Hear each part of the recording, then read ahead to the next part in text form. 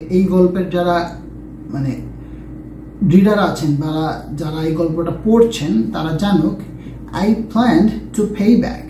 আমার প্ল্যান আছে বা আমার পরিকল্পনা আছে দিয়ে দেওয়ার, পে ব্যাক মানে পরিশোধ করার বা দিয়ে দেওয়ার, অল দ্য শপ ওনার্স, প্রত্যেকটা দোকানের মালিককে, হু sold me things on credit. ঠিক আছে, যারা আমাকে জিনিসপত্র বিক্রি করেছে অন ক্রেডিট মানে হচ্ছে ধারে, অন ক্রেডিট মানে ধারে বা বাকিতে। মানে সে বলছে যে আসলে আমার পরিকল্পনা আছে যে আমি প্রত্যেকটা দোকানদারকে যারা আমাকে ধারে জিনিসপত্র বিক্রি করেছে তাদেরকে আমি পে ব্যাক করবো বা তাদের ঋণ বা তাদের টাকা পরিশোধ করে দিব।